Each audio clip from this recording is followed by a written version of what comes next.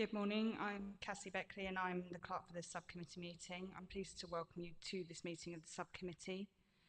The meeting will be broadcast live and recorded for playback on the Council's YouTube channel. Will anyone else be recording the proceedings? I ask so that people at the meeting will know this will be happening, not to stop you from doing it. Okay. If the fire alarm sounds during the meeting, please remain seated and members of the Democratic I will assess the situation and give further instructions on the evacuation of the building if necessary. I will take the subcommittee through the first 3 agenda items. If anyone intends on recording the, that's in there already, sorry.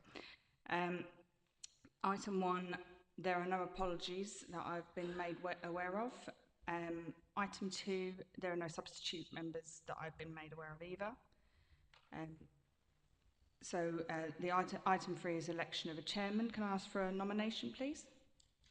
So I'd like to nominate Councillor Simon Wales as chairman.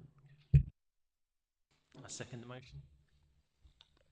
Great, thank you. So Councillor Wells will take us from item 4. Thank you very much. As chairman, I will ask if there are any disclosures by members and officers. None for me. Just need to clarify the location of your main ground, Linton Park. Is that within Lewes and Linton ward?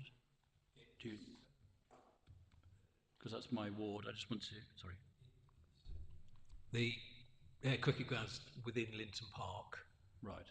If you go to Linton Crossroads, turn left along Heath Road, where Hubbard's Lane goes left down to enter into the school, entrance is directly opposite that. Okay. There's about 300 yards within the park there. So that will be within my ward, but the subject we're discussing at Rumwood is not. That's in Otham, so let's make that clear from the start. Yeah. Okay, thank you. Have item 5 then, have any members been lobbied? No. No lobbying. No, me neither, thank you. Item 6, to consider whether any items should be taken in private. I intend to take the item application for club premises certificate under the Licensing Act 2003 for Linton Park Cricket Club, Rumwood Cricket Ground, Whitehorse Lane, Otham, Kent, in public. Is this agreed? Agreed. Thank you very much. So item 7 is the application itself. We've got there. I will now ask all persons participating in this morning's hearing to identify themselves, starting with members of the subcommittee, as myself, Councillor Simon Wales, Councillor for Lewes and Linton Ward, and then moving across. My name is Mark Nagy. I'm the Councillor for Vinters Park and Grove Green. Councillor Ziggy Trubinski, ward member for Headcorn Sutton Balance. And our legal advisor.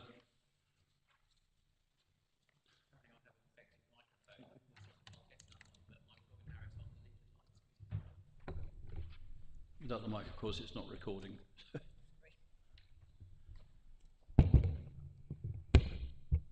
Let's have you again, Robin, so it's recorded. Good morning, I'm Robin Harris and I'm the legal advisor to the committee this morning. Okay, and our committee clerk today, we've met. Yep. I'm Cassie Beckley, I'm the Democratic Services Officer, committee clerk. Lorraine Neal, Senior Licensing Officer. Teresa Irving, Clerk to Otham Parish Council.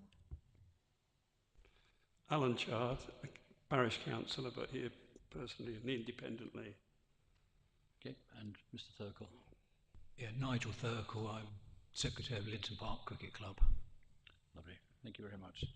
So can I just need to check that all parties confirm that they've received a copy and are aware of the subcommittee hearing procedure? Yep, thank you. The subcommittee will allow all parties to put their case fully and make submissions to the panel within a reasonable time frame, and the procedure would take the form of a discussion led by the subcommittee members. Any persons in attendance behaving in a disruptive manner, sorry folks, I have to go through this, may be directed to leave the meeting, including temporarily, after which such person may submit to the subcommittee in writing any information which that person would have been entitled to give orally had the person not been required to leave the meeting. If this is not possible, they may be allowed to speak at the chair's discretion, invitation. So I will now ask that all subcommittee members confirm they have pre-read the papers and other documentation regarding the hearing. Colleagues? Yes. Can confirm. Thank you very much. So, Lorraine Neal, then, our Senior Licensing Officer, will now briefly outline the application.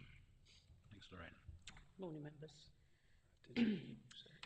Members are being asked to consider this application for a new club premises certificate under the Licensing Act 2003. The application has been submitted by Linton Cricket Club for the premises Runwood Cricket Ground, Whitehorse Lane, Otham, ME15 8RQ. The hours and activities that the application seeks can be found on the application form attached as Appendix 1 and at Part 3, page 1 of the report. The plans for the premises are attached as Appendix 2. The application was correctly advertised and 16 responses were received from other parties. These are attached as Appendix 3 and the names listed in the report at page 5. Linton Cricket Club supplied additional material which was an explanation of their proposal. This relates to the application for the club premises certificate and outlines the intention of the club.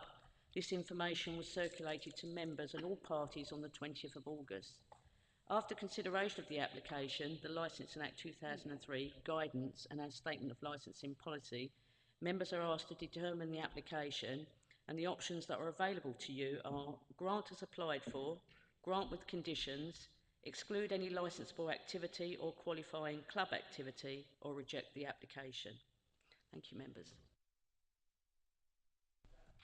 Thank you. Are there any questions for Lorraine Neal? Colleagues? No, just one question. Were the police asked for a submission, or did they? All the statutory consultees were consulted. There was no response from those. Okay, thank you. Moving on then, let's ask the applicant, Nigel Thurkell, to make your case.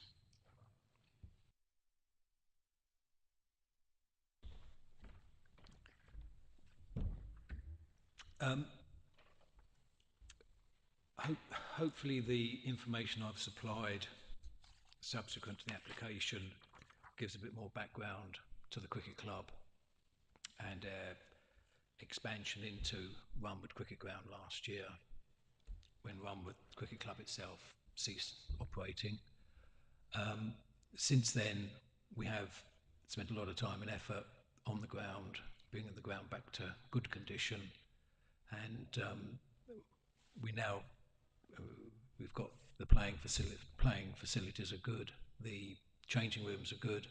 We're now looking to just take it one step further, and with this license application, we're looking to provide our members and guests with the facility to enjoy a glass of beer, wine, whatever, well, beer or wine, basically, after the game, so that they can be sociable with the opposition and the other players and members. Excuse me. The application that we submitted is very broad, covers a lot of hours and a lot of activities. As I say in the information I provided, we're not looking to hold any form of event business or any sort of business whatsoever. Any other facility, any other events that will be held would be primarily for members, families and guests at the cricket club, to provide social activity, but also to raise funds for the club, because all the things that you have to do on a cricket ground these days, as everywhere, is very expensive. And we're always looking to be raising funds from people, members mainly, through the year. With regards the hours, and well, I would also say at this stage that when we commenced this application, not just the application that was submitted, but we started talking about this back in last winter, the houses that are now right next door to the cricket ground weren't there. They didn't exist. I think the roads have been put in, and so we weren't really as conscious of those houses being right next to the ground as they are now, because literally they're just over the fence.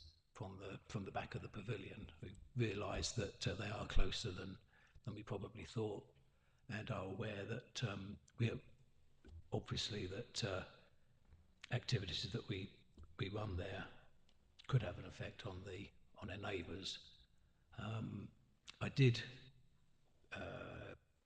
put a copy of this letter, or shortened form of this letter, through all the local houses that abut the cricket ground, and I did meet with one or two of the objectors at the time.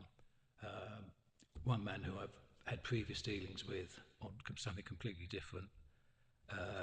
We had an amicable long chat about it, and did point out to me, quite how close the houses were, and the fact that those local residents are concerned about noise pollution, mostly, I believe, but also if we were to hold large functions, parking and late nights, etc.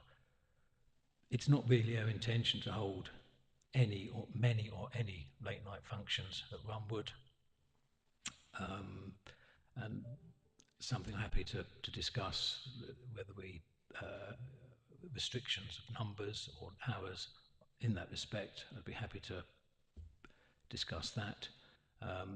As I said, our main aim is to get a premises, not a certificate for sale of the alcohol just after games. Our games at Runwood are obviously through the cricket season, which is mid-April to mid-September, and basically the games we hold there are for our third and fourth 11s, which in many ways could be described as dads and lads teams, so lots of fathers and sons playing, and colts and older members, and that the games are held every Saturday through the season, and Sundays at the moment is probably every other Sunday we have a game there, but it's possible and likely that we would be holding more Sunday games there in the future, as the club has grown in the last 5 years from having 2 teams. We went to 3 teams about 3 years ago, and this year we've now gone to having 4 regular teams on a Saturday. So that's why the ground's used every Saturday. And it's likely that we have got also a ladies team who play in tournaments and occasional games. That's only been going for 2 or 3 years, and that is going. They're gaining more members as we go along, and we believe that they will be holding more games, and they're likely to be at Runwood. So in the future, it's probably the use will be every Saturday and Sunday, with occasional midweek games. And I think that's pretty much all I need to say, or I want to say at the moment. Probably missed something, but if there's any questions, happy to answer them.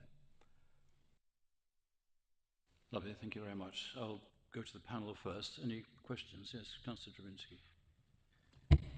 Thank you, Chair. I've got a couple of questions, actually. You mentioned new houses. You mentioned new houses, and the plan is on page 39, and they don't...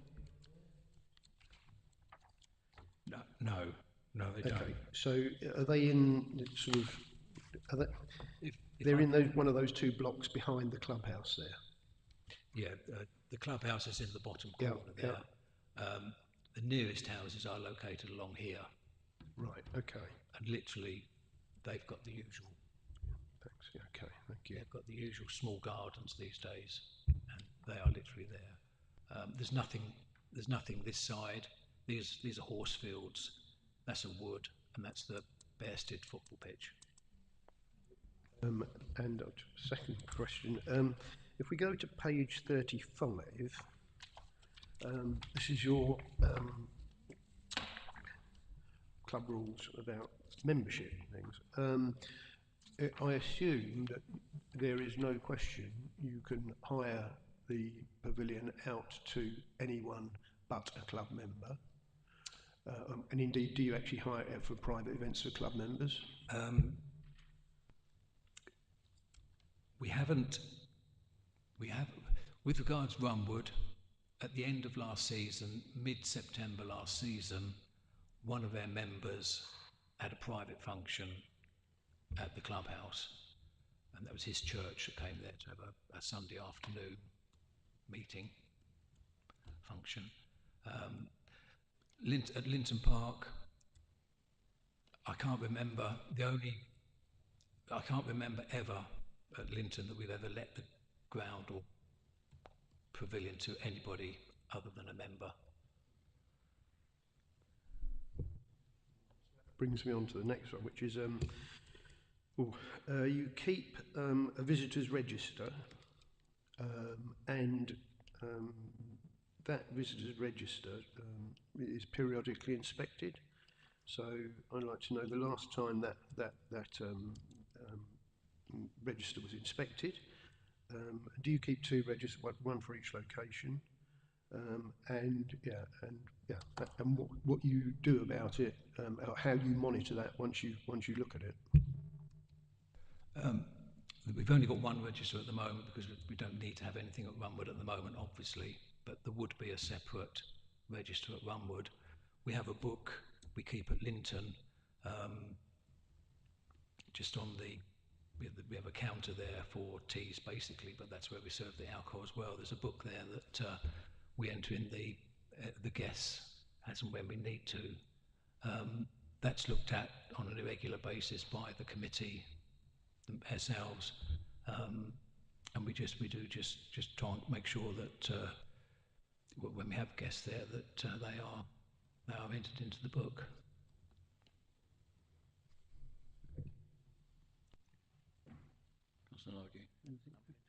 Just a couple of things from me. You mentioned midweek games. Presumably that's evening time? They're both. Some midweek games are starting at 1, 2 o'clock and go through to 7:30. Some would be evening games, which are 2020 style fixtures, and they'd start at 5:30, 6 o'clock and go through to 8:30, 9 o'clock. But they tend to be in May, June with the longer evenings. Right. And so with a game finishing at 9, what sort of estimate for time would you expect people to be clear of the building? In most instances, if it finishes at 9, the people would be gone by 10 o'clock. Some games might go through to 10:30, but the vast majority, there'd be half a dozen people there after the game from each side. Half the team would go straight away. But this is at Linton, what we do at the moment, and there'd be probably a dozen people there till from 9 o'clock to 10 o'clock. Right. So not exactly a vast crowd. And parking for the site, where do people park when they travel to the ground? At Runwood, they park around the perimeter. In fact, along the southern boundary, the pitches, but there's some large. Just trying to get there. There are some large trees where the track is shown. Right. The gateway's bottom left, mm-hmm. and there's some large trees along where that track's shown, and they park along that boundary under the trees.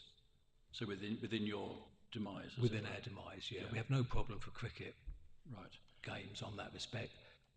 If ever there was a function there, fully appreciate that it'd be difficult to get all the cars on site unless we allowed them to park around the outside of the whole ground on the outfield, which is not what we'd really want to do, because obviously if it's wet or anything like that, we could get damage to the outfield. Yeah. But then the alternative would be to park in the lane leading to the club? Does that take any parking, or is that too narrow?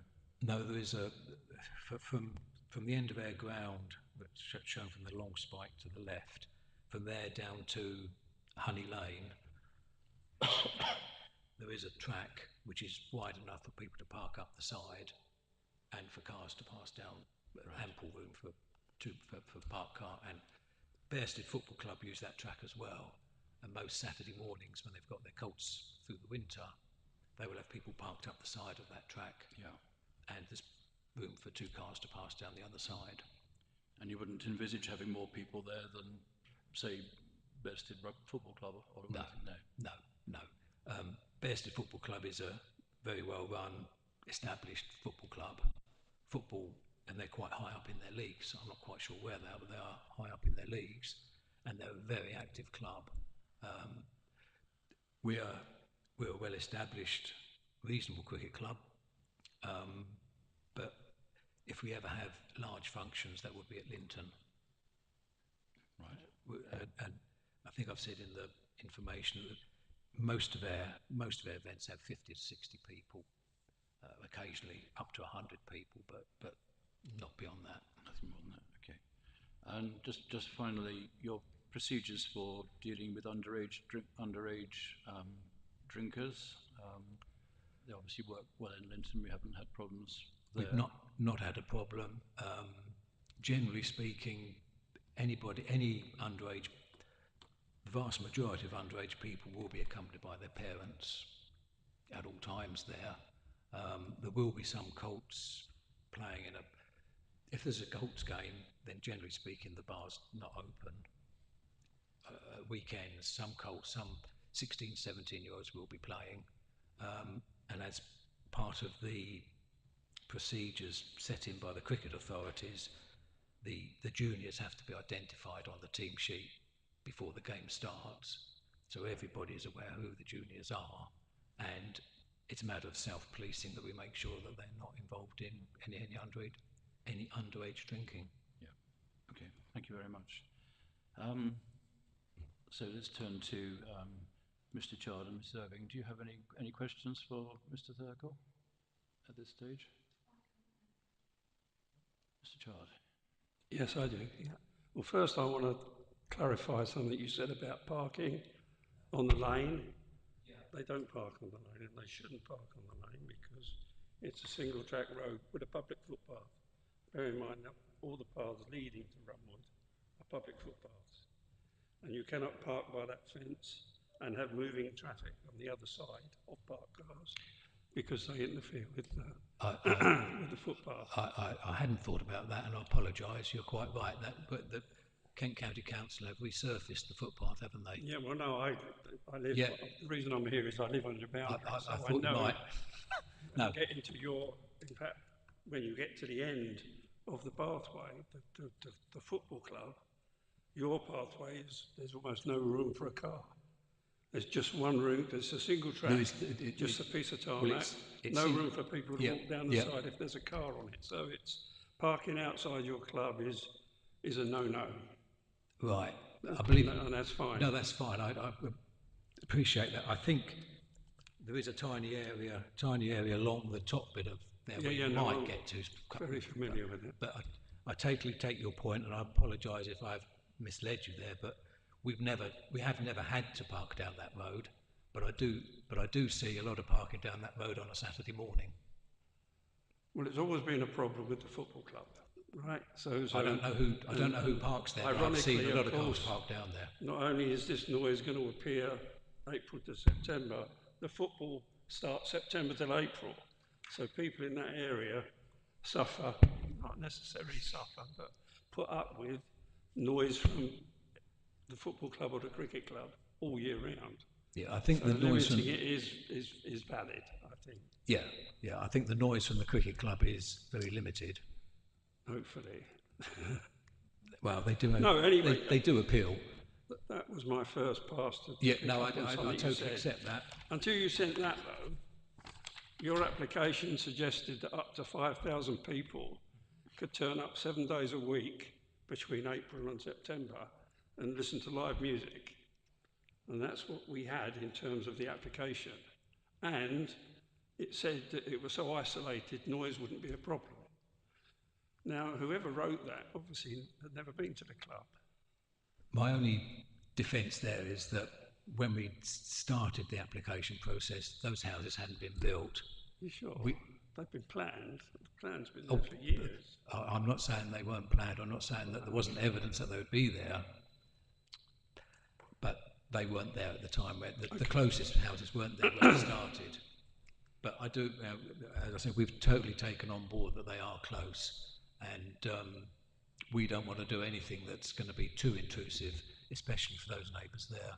And I again say that we would not be holding 5,000 I 5,000 people. Appreciate that, from but until 11 you o'clock said on a that, Monday. Yeah, and that was only recently. So. Oh, absolutely. That was last week I sent that out. Because having read most of the responses, all of them are on noise and parking. Yeah. And safety, obviously, the parks go together. Moving up and down. And I mean, is 11 o'clock necessary? 10 o'clock? Well, I think would be far more sociable. So 11 o'clock, your closing time, 11 o'clock. Yeah. I mean, that people will be wandering out 11:15 in a very rural area. Mm. The noise of the traffic and stuff is, I think, possibly excessive. I think at Runwood there would be very, very few occasions where people would still be drinking up to 11 o'clock. Yeah, but you would say that. I mean, I'm sorry if I'm being pedantic in the sense that I don't take any offence at what you're saying. I mean, it's totally if you understand. put in a licence application that potentially could mean anything, one has to question why suddenly it's reduced to, oh, we don't mind this, don't mind that. It's odd that you put in such a big application and yet now it's been dwindled down to. Well, I think the application is more through naivety than design. We didn't think, well, if we go for this to start with and make out we're not going to do it, but then in 3, 4, 5 years' time we start holding. But it was the third application, wasn't it? Previous application. Sorry, gentlemen, can we just ask one of you to speak at the time, and then you can come back with another question later, Mr. Child. Thanks. Whose turn is it? I just say that this is not a case of creep, as someone put it to me the other day from the locality there, that, okay, just put this in and then we'll start building on the functions and things that we're going to do. We're looking at this purely as a cricket ground, and ancillary, any event there would be ancillary to Linton Park Cricket Club, and we're not organised enough. We're not in the league of holding concerts or beer festivals or things like that. We don't do that. We're a small club. There's 10 of us 11, 12 on the committee, 5 on the management committee. We have enough trouble running the cricket club, what we do at the moment, to keep the members happy and getting 44 people on the ground on a Saturday and 33 on a Sunday, plus the 4 or 5 Colts sides that are run every week and the training sessions for all of them. We're not, and I appreciate things change, but we're not in any shape or form looking to progress into running functions or anything like that, especially at Runwood. I said I'm there that the facilities at Linton Park are more established and we're more geared up. All our equipment's at Linton, so when we do hold events, they are held at Linton Park. One of the issues, I think, is the nature of the application form itself and the process, is that people are encouraged to apply for everything, and that doesn't seem terribly helpful, because it sets all sorts of hairs running amongst the neighbours, because they quite rightly would be upset if 5,000 people turned up there. So would they all trying to find a parking place in that area? I know it quite well because I drive through Otham to get to Stoneacre quite often, where I volunteer for the National Trust, so I know the area really well. And the other thing this licensing hearing has the ability to do is to set limits on times or numbers, and that's something which we'll need to look at and discuss as well. So that would help, I think, an awful lot in terms of making the application acceptable to both sides. Do you have any further questions? Yes, it was. Yeah, it's finished. I mean, at the end, from my perspective, I don't know quite how these conditions work when it comes to how it ends up. But from my point of view, you're only going to have events on match days. And therefore, that's when you'll be there. Well, and a few other days. I accept that you're going to have other days. We might have a... You will publish the events for the year.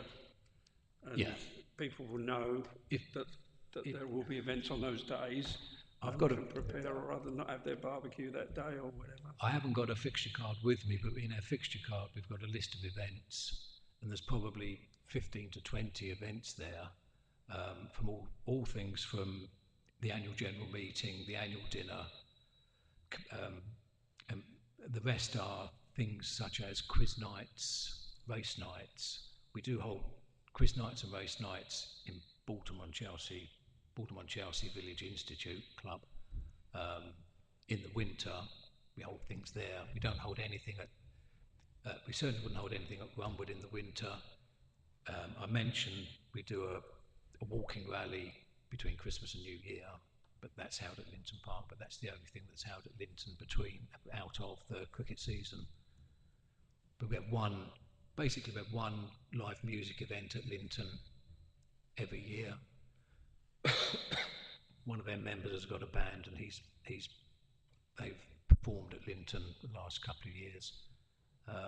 Then we have quiz nights, we have games nights where you play putting and bowling and things like that.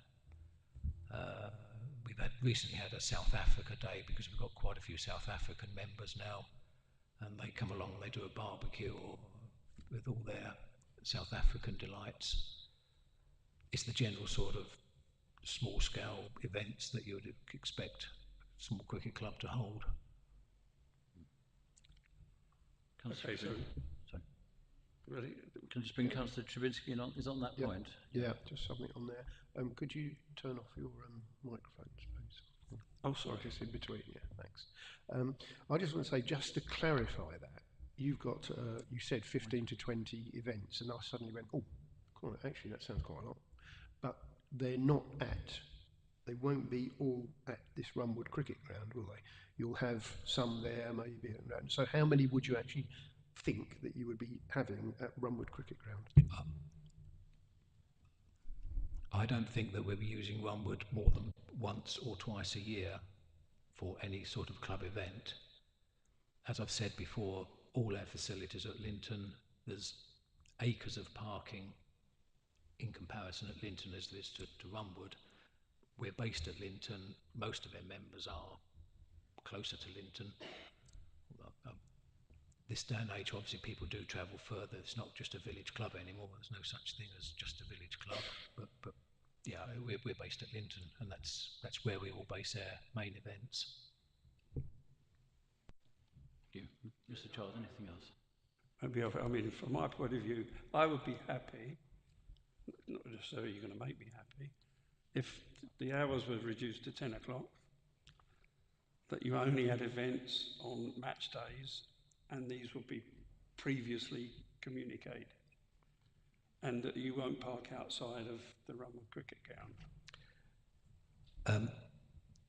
I'm mucking a bit here. The only thing, we do hold some of those events that I've mentioned there on a Friday night, because if you're holding a quiz night, you don't want to be starting a quiz night at 8:30, 9 o'clock after a game of cricket. So we have it on Friday night, so it starts at 6:37, to have to get the length in. So, I mean, I've got no objection to events being held at Rumwood being restricted to Fridays and Saturdays. We wouldn't do it on a Sunday night. We've never had events on a Sunday night, but Fridays and Saturdays, I have no objection to that whatsoever. With regards to the 10 o'clock, again,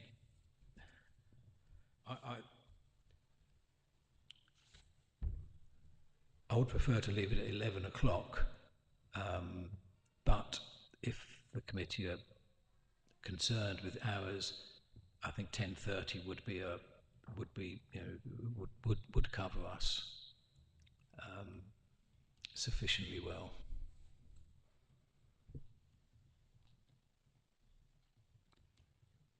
Okay. Any other questions then? Is any of the panel members got any more questions for Mr. Thurkell? No? Okay, so now we turn to the objectors. I know you've had quite a lot of questions of Mr. Thurkell. Do you have anything else you want to say about the application? No? Any of the panel, Mr. Chard, anything? Or Mr. Thurkell asked Mr. Chard anything? We've gone quite well back and forth, so I think... The only thing I would say is we did, Mr. Chard mentioned about parking off the ground. We realise we don't have any rights to park anywhere else other than on the ground, so if that was a restriction, we'd accept that as well. Okay. Right. And Mrs. Irving, do you have any questions for Mr. Chard? I don't actually have any questions. I would just like to say that the parish council would like to work with the cricket club. We had a meeting in July, and it was a friendly meeting, wasn't it? On both sides, and we'd like to try and support them moving forward. However, obviously this application is of concern, so if it is granted, the limits that have been suggested would be, I think, a lot more acceptable to residents and obviously the parish council, and it would seem to be in line with what you're actually wanting yourselves, and hopefully everybody else. So that would be a happy medium. Well, we'd be very happy to work closely with the parish council, especially if there are any events that we've been suggesting. We'd certainly give you prior notice and local residents prior notice of any events there. Obviously, as I said to the residents closest by, if and when the licence is granted, then we'd be pleased to see them, and then we'll be pleased to see them come as spectators onto the ground anyway at any time when there's a game on,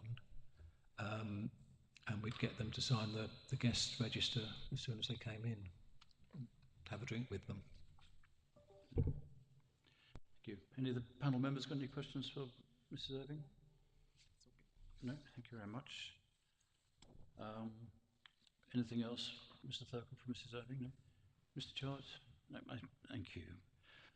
Okay, so thanks for your evidence and the questions. I think we've teased out quite a lot of important stuff there. So before the meeting closes, I would invite the objector, Mr. Chard, to make any closing remarks, if you have any. No? Because I live quite local, so I had these problems with clearly because I lived there.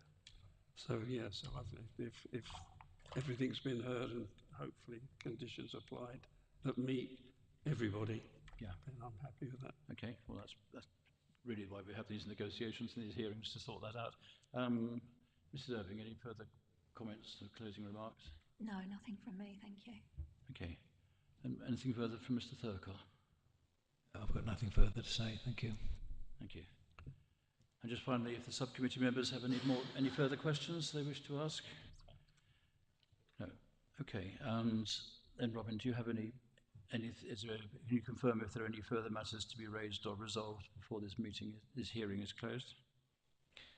Well, when you say closed, presumably you mean adjourned in relation to pending the decision, yes. Members going to deliberate and to come back with a decision. No, I think all matters have been adequately covered. Thank you, Chair. Okay. So we will now go into closed session, accompanied by our legal advisor, to deliberate on the matter. Shall we say half an hour? Would that be enough, you reckon? Yes, so if we could ask the non-panel members to wait outside for about half an hour, we will get the decision done right away, and hopefully half an hour will be plenty of time for us to deliberate. If you're near enough, we'll bring you in earlier if it takes less than half an hour to save you hanging around. Thank you very much. So 11:10, if not before.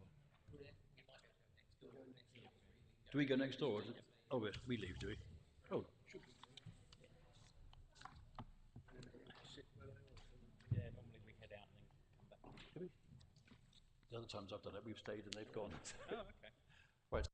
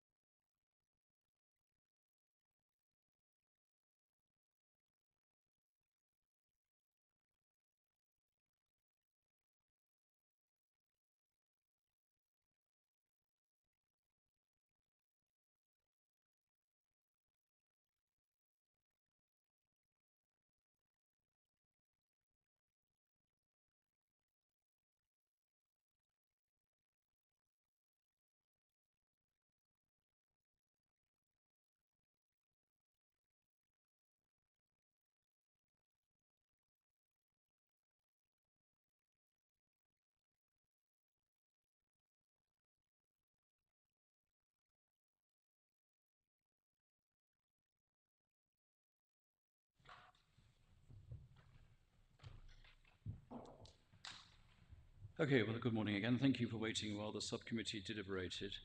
As chair, I'd like to announce the subcommittee's decision, and that we are determined to grant the application.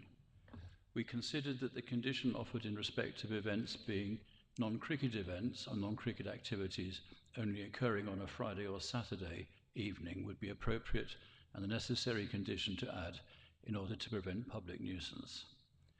The subcommittee considered at length the possibility of reducing the hours applied for, but determined at this time there was no evidence that would justify such a reduction in hours. So that's 11 o'clock Monday to Friday, 10:30, Monday to Saturday, 10:30 on Sunday. That said, the subcommittee reminds parties of the opportunity for the review of the licence in the event of any future breaches of the licensing objectives. A full written decision with reasons will be given within 7 days. We were satisfied with the intention behind the application, having heard the evidence from Mr. Thurkell about what plans the club had for events there and for activities, and felt that unfortunately it's the nature of the application form that pushes people into applying for far more than they actually want. So with the non-cricket activities occurring only on Friday or Saturday, and then the licensing hours as applied for, we will grant the licence. Thank you.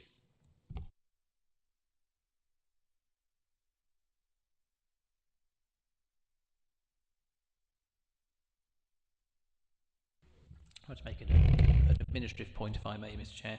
So I would say when the written decision comes out, the parties have a right of appeal to the Magistrates' Court, should they wish to exercise that right of appeal, and the right of appeal details will be on the written form when it comes out, and that will be the formal date of the approval when the written form comes out. Okay, thank you. With that, the hearing is now formally closed. Thank you.